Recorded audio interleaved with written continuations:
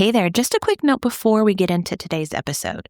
Are you tired of staring at a blank screen, wondering what the heck you're going to talk about this week on your podcast? Or even worse, wondering if your episodes are even helping you get clients?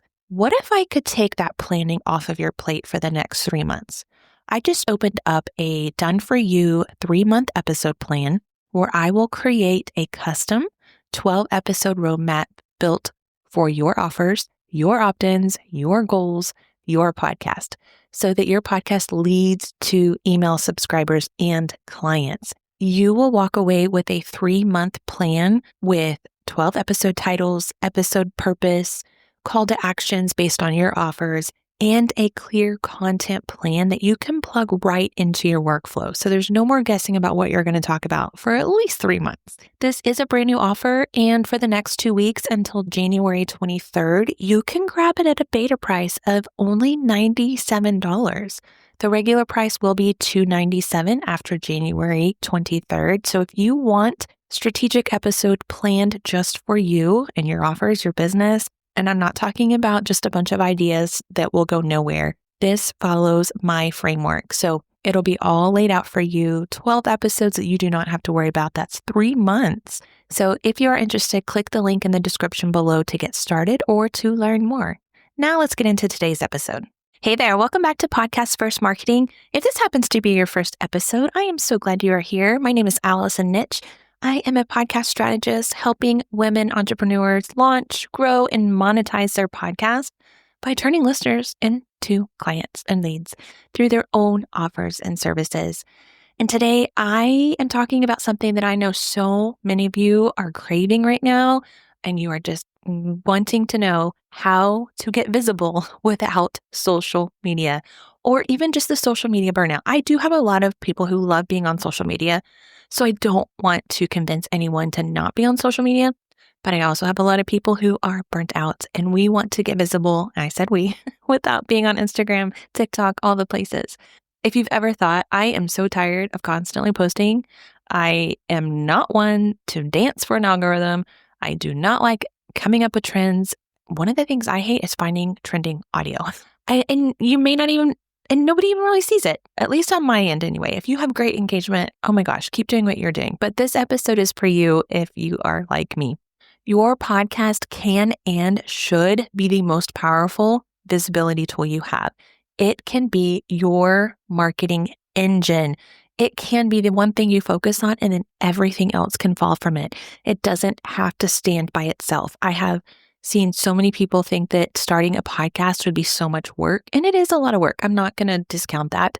But when you take away the other stuff that you are having to put your focus on, it does become easier. So today I want to walk you through 7 ways, and I know there's more than 7, but I really just found 7 to be the ones I wanted to talk about that can help you grow your visibility off of social media if that's something that you choose to do. And this is all built around your podcast so that you can attract the right listeners and clients, and we don't want to be burning out in the process. So I went through a phase of posting, I think I did 45 days in a row of posting reels at the beginning of 2025. And if you look at my feed, it got very quiet after that. So I'll be very honest. I used to think that visibility meant showing up on social media or everywhere, really, like all the time. Like the first thing I think about when I think of visibility is I need to post on Instagram and trying to keep up with the stories, creating the reels, and I don't know, and still find somehow to record my podcast. It was all too much. But what I did learn, both for myself and for my clients, and not all of my clients. Some of my clients do amazing on Instagram. They have a huge following and they obviously need to stay there. And it's all in what works for you. But what I have found for me is that your podcast can do so much of the heavy lifting for you when you know how to make it visible in the right ways. And the best part is that none of it does have to be dealing with social media, being glued to your phone. So I'm going to go through 7 ways. Again, I said there's more, but the main 7 that I could think of when I was outlining this episode anyway, to help you get more visibility, at least to your podcast, so that it can be your marketing engine. And that way, I'm just going to tell you right now, ever since I put all of my focus into my podcast and I kind of I'm not going to say I let social media go. I've told y'all before, if you've listened to me, I have a love-hate relationship with social media.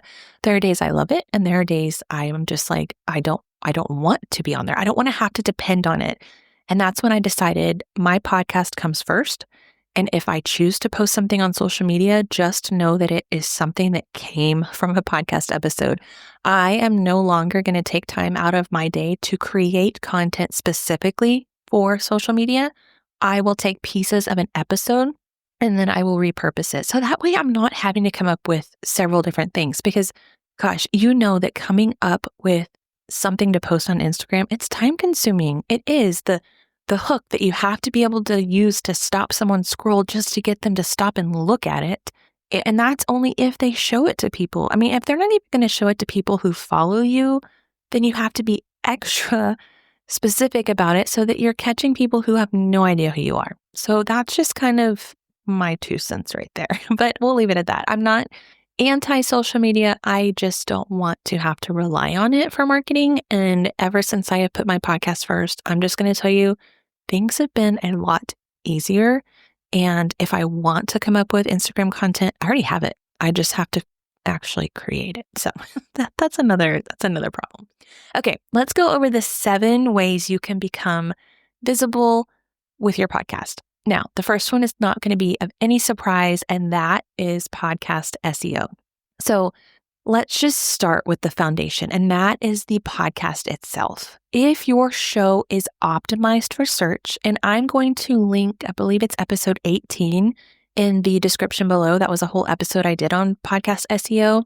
And I have invited an SEO expert to join the podcast. So be on the lookout for that probably in January, but we'll see. But if your show is optimized for search, meaning that you have keywords in your show title, in your episode titles, they're in your descriptions, show and episode description, your podcast has a much higher chance of becoming discoverable 24/7 when someone puts a search keyword in Apple or Spotify. Or we're going to get a little bit more into using the podcast host for SEO, as I've done a lot of digging on SEO, and I'm also, like I'm saying, I'm learning a lot more. But even like with your blog post using SEO, that's all going to help you become more discoverable, whether it's Google or within the podcast apps, anything like that. So you don't have to push your content out to the places all the time. It can work for you in the background. People can be searching a topic.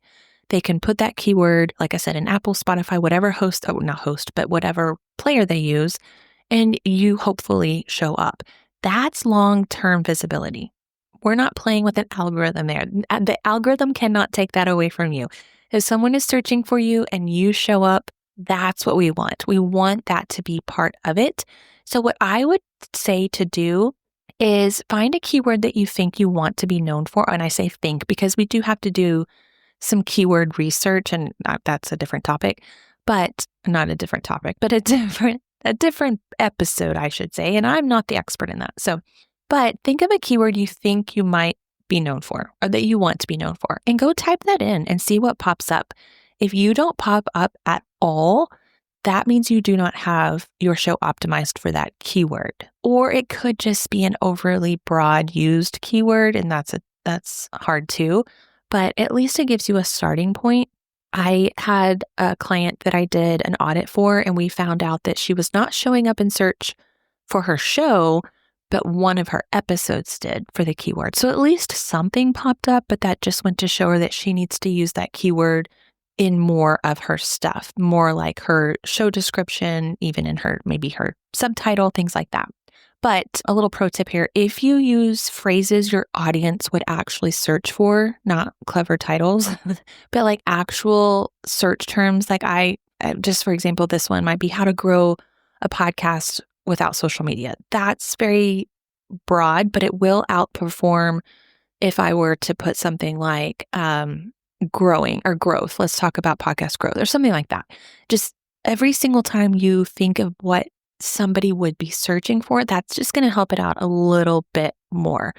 And again, if you want to learn more about podcast SEO, and I will be doing many more episodes on this, so it's not just this one and episode 18. Check that one out. And I'll link it below, like I said. Okay, the second, and these are not really in any particular order I would say podcast SEO is a big one, but it is a slow growth. So it's not going to just happen overnight. But I have heard SEO experts say that podcast growth works a lot faster than, let's just say, website SEO. So there's that. Okay. But the second one is Pinterest. Now, I will say that I am not on Pinterest yet. I have hired someone to help me with this because Pinterest is not my zone of genius. And even though I could learn how to do it, I just don't want to take the time to do it. So I have hired someone who knows how to do it, and they're going to set mine up for me. But I will now be posting pins to Pinterest to bring traffic back to my podcast. But you have to remember, Pinterest is not social media. It's a search engine. So when people go to Pinterest, they are searching for things. And no, they're not just searching for recipes and outfits and things like that. People are searching business terms. So really take into consideration that if you are taking your episode transcripts and you are turning them into a blog, you can definitely pin that to Pinterest. So if you need help turning your episodes into blogs, I do have a resource for you. It's my podcast blog builder. I actually call her Bailey Blog Builder. It's a custom GPT that I use every single week for my episodes. I literally just have to take my transcript, plop it in there, and she turns it into a fully SEO optimized blog post with headings, with everything, with the meta description. The only thing I have to do is skim through it, make sure it's the way I want it, and she didn't tweak anything to say something completely opposite. Or sometimes I'll say a word and she thinks I said something else. But otherwise, it's my voice. It's my episode. So it's me talking. It's not like I gave her a prompt and she spit out a blog post. It is literally my transcript in the blog post form. So it's so amazing. I love it. I've used it so much and I have worked very hard to get it exactly the way I like it. And I'm now offering it to you. So if you want to check that out, I will have that linked below as well. But what's so great about Pinterest is that your content lives forever on there. I am actually hearing Jenna Kutcher in my head because she's so big on Pinterest, but I think there's a graph and it's like Pinterest is one of the longest lasting. I know there's like a couple more above that. And honestly, I hadn't even heard of them, but between that and the others, it lasts so much longer. Like a single pin can drive traffic for months or even years, whereas a social media post, it's going to disappear in 24, maybe we'll be on the kind side and say 36, 48 hours. I know some people have had posts that take off for weeks. That's probably very rare, but I know my posts don't even go to my own people who follow me. So I'm not going to depend on everyone seeing my Instagram post. So think of something as far as Pinterest being something that will help you really get that traffic back to your podcast. And if you already have a few podcast graphics, you can reuse them. You can just pin them at, of course, putting them in the pin format, the sizing, right, and all of that. So I don't know Pinterest best interest. I might ask a Pinterest person to come on here and speak to us about it, but I know that pinning it back to a blog works best. So I know you can pin back to your website. Usually you want them to go back to your website in some way. I know you can pin back to an actual episode. The only thing with that is if you're pinning to Apple and someone listens to Spotify, that's kind of like doing a disservice. They're going to not even try to find it because it didn't go straight to them, especially if they're in a hurry or whatever. But I highly recommend turning your episodes into blogs. Again, you can check out my podcast blog builder and you can have a blog post within 15 minutes and it will create it within seconds, but then you need to go through and look at it and actually upload it to your website. Okay, the third thing is email marketing. And you've heard me talk about this before, and it is, I went back and forth with email marketing. I think I've talked about this before. I had an email list. I kind of quit emailing and then I just stopped and then I got rid of it. And then I started back up again and I didn't want to email people that I had already had on my list because I'm like, you know what? They haven't heard from me. I am not bothered. I wouldn't want to be bothered 2 years later. So no, but I'm really leaning into email marketing now. I did not think of it as powerful as it is. For a while, I was like, I don't need an email list. I'm fine. I can do what I do already. But I think having a way to nurture someone is and even though your podcast nurtures your listeners, I'm going to say this is the only downfall of podcasting is that there's no way for us to have interaction with each other. Even if you do Buzzsprout or another podcast platform that allows you to text the host, unless you give them your email address. So the thing about email is you get them onto the email list and then you can actually have conversations with them. That's what I think is so powerful. But you can also send out a weekly newsletter. And within that newsletter, you highlight that week's episode. Now, I will say gone are the days that one email is only about that episode. It can be. However, you want to wrap a story into it or something else. It's not just a new episode out today. Here's what we talked about. And, some people used to just take their episode description, put it in an email and send it out. And that used to work, but not anymore. So maybe share a story or a tip or at least one takeaway from that episode, go a little bit more in depth, and then give them a reason to go listen to it. You don't have to write a full newsletter, but just repurpose what you've already been saying. Or if you're doing a weekly newsletter already, add a blurb at the bottom that says this week on the podcast, or I don't know, I come up with Podcast Insider. I don't know if I'm going to use that or not. So feel free to steal it. I don't care. But emails not only drive listeners back to you, but it nurtures your audience between the episodes. So I actually right now I send out my newsletter the same day as my podcast episode. And if you're listening, you may be thinking, I'm not getting your newsletter. Well, by the time you hear this, I will have been sending out weekly newsletters religiously now. I got away from it. I'm getting back into it. And I hope to really go in depth on my newsletters. I want to really build a relationship with you. So if you're on my newsletter, respond to me, let me know. I would love to talk to you.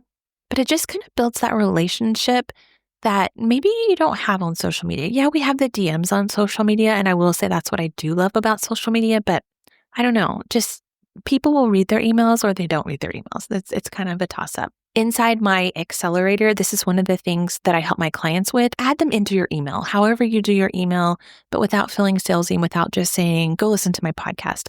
One of the things that I heard recently is if you listen to Amy Porterfield's podcast, she had a whole episode on how she does her newsletters, and I really liked it.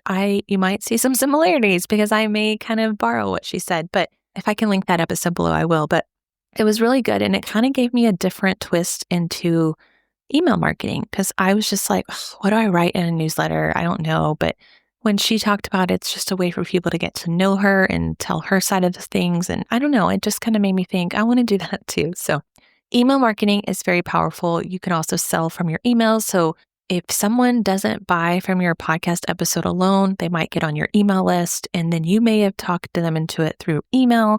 But don't discount that your podcast didn't do the job too, because more than likely the podcast got them onto the email. So the podcast still did work. I keep saying this. I know I say it a lot, but I will talk about that forever. Okay.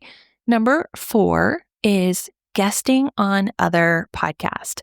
The best way to get into other people's ears is to borrow someone else's audience. And I know it's not always easy or we don't like pitching ourselves, but it is a fast way to grow your audience when you borrow someone else's and especially if you're podcasting and people are listening to a podcast, wouldn't you want to be on a podcast? It's kind of my take on it. But find shows that are very that complement yours, meaning they're going to have very similar audiences. Maybe they serve it in a different way, but they have their audience could potentially be your potential clients. That's what I'm trying to say. And you want to have, if you're going to pitch somebody, please back it up with value and make sure that you are not just sending someone some random messages. Please make sure that you have researched who you are pitching to, connect what you want to talk about, your expertise with their audience, because if it does not benefit their audience, it's just a waste of their time. I know so many people are talking about that they don't even open pitch emails. So you might have to get a little, I don't know, what was I going to say? You might have to dig a little deeper in ways to get their attention, but It is worth it. And every guest appearance you're on, it really does introduce you to a whole new pool of listeners who they already love podcast. It's a much warmer audience than the cold social media followers that you might be attracting with Reels. And again, it's just another way to build collaborations, which is number 5. So yes, guesting on podcast is collaborating, but cross-promoting, collaborating with other people. If you're partnering with another podcaster or business owner, maybe you can swap promotions. Maybe you bring each other's episodes in your emails. Or I've heard of promo swaps or even trailer swaps where I've not had any clients do this, but I've heard it where they will play someone else's trailer and say, if you've been listening or if you like, I don't know, like, here's the trailer. I said, I go listen to it. I don't know. I don't know another way to say that. Or I've done a collaboration through Instagram together where we created one reel and we shared it with each other. It just builds visibility through someone else. It's collaborating. It's community. I don't know. It's just a low pressure way to grow. When I work on visibility strategies with clients in the accelerator, it kind of points clients to realize that, oh, I don't have to do this alone. I can collaborate with someone else and it could be much simpler. You can do this through bundles and summits. Another thing I'm going to talk about in a minute, but referrals, but it's just collaborate with other people. Let them know that you want to not just them share your stuff, but you switch. Basically, that's what I'm talking about. Like you're sharing, hey, I'll help you if you help me type thing. Number 6 kind of goes with Pinterest, and that is blogging and show notes that use SEO. So I talked in a previous episode the difference between show notes and episode descriptions, but just in case, the episode description, okay, so in my technical world of podcasting, and I have heard other podcasters say this, so I'm like, okay, it's not just something I made up. The episode description is what is in your player. So if you are on Apple, if you're on Spotify, if you're in iHeart, if you're in Pandora, whatever the blurb is under where you are listening, that's the episode description. Show notes, which is used very interchangeably, are what go on your blog post, on your website. So some people just take what is in that episode description, a short summary, bullet points, and then they put it on a blog on their website and they call it the show notes with all the links and everything else. So that is something you want to think about. Or you could do what I do and completely turn it into a blog post, which adds even more SEO value and helps you rank much more for keywords. But if your podcast episodes live on your website, those pages are what can be optimized for Google search. And remember, Google search is a big deal. So you want to use your episode titles and keywords in your show notes. You want to add timestamps if you can. That's not necessary. Short summaries, or you could do the full blog post, whichever you choose. Include key phrases that your audience would be searching for. That way your podcast can show up in Google. And not just in the podcast apps, because not everyone even thinks to go search in the podcast apps. But if someone is searching for something on Google, your blog would pop up. And then hopefully within your blog, you paste your episode player with an embed code. And then they will notice right away, oh, this is a podcast episode. So that not only boosts your being discovered, but it gives your website a little bit more authority. Like, oh, this helps people know who I am, and just kind of builds your brand visibility too. And again, I have that podcast blog builder in the episode description below if you want to grab that. Okay, and then the last one I have today, which I did kind of sort of mention already, is getting visible through referrals and word of mouth. The more people that know you even have a podcast, the better. So don't ever underestimate the power of just personal recommendations, someone talking to somebody else about your podcast. So when you give your listeners a reason to share your show, whether you're telling them, something, I don't know, just like a powerful takeaway, a relatable story, maybe it's a resource, they're going to go tell their friends. I know I can think of several times that I've recommended to one of my closest friends that I'm like, you need to hear this podcast episode or on this episode, and I will always link it. So if she wants to listen to it, she can. So, and you can even make things easy on your show by saying, you probably have heard this before, but people will say things like, if this episode resonated with you, if it made you think differently or something about, similar to that, you can just say, share it with a friend who needs to hear it today. I'm thinking of Mel Robbins in my head right now. She's constantly saying, while the ads are going, share this with a friend, something like that. But people trust people. And when your podcast becomes part of that trust and that referral network, they're going to listen. You usually listen to things that your friends share. That's what I want you to take away from this episode. Visibility does not mean you have to be everywhere. You do not have to be constantly posting on social media if you do not want to. You need to just get discovered in ways that they fit into your business. And even like with me, it's like, if it doesn't fit into my energy or in the way I want to be running my business right now, I'm not going to do it. So your podcast can be your visibility marketing engine. I'm going to speak that, and I'm going to even start speaking it more going into 2026. I'm all in on podcasting. And when you have the right strategy behind it, you can build the trust, you can attract the clients, you can grow your brand while you take a step back. And that's exactly what I want to help you do. And I want to help my clients do inside of my programs.